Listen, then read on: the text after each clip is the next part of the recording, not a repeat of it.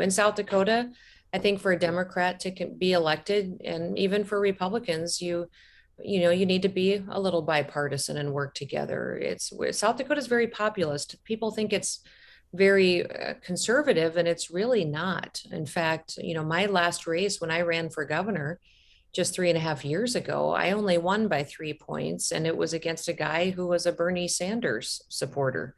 So, it's very much a state that can go back and forth, and Tom was being was the majority leader, very influential. I cared about farm bills, I cared about tax reform, and I was somebody who didn't complain about things. I tried to show up and be a part of the solution, and I think he appreciated that. He had a leadership camp every year that he would host for new leaders in the state that he thought had potential to serve. And he did invite me to that one year.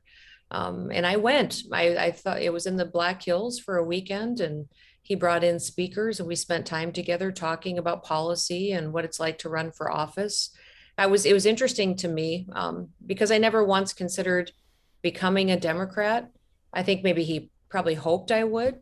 But boy, for years after that, even when I ran for Congress, I had a lot of Republicans who questioned if I was truly a Republican just because I had attended that leadership camp that Tom Daschle had hosted.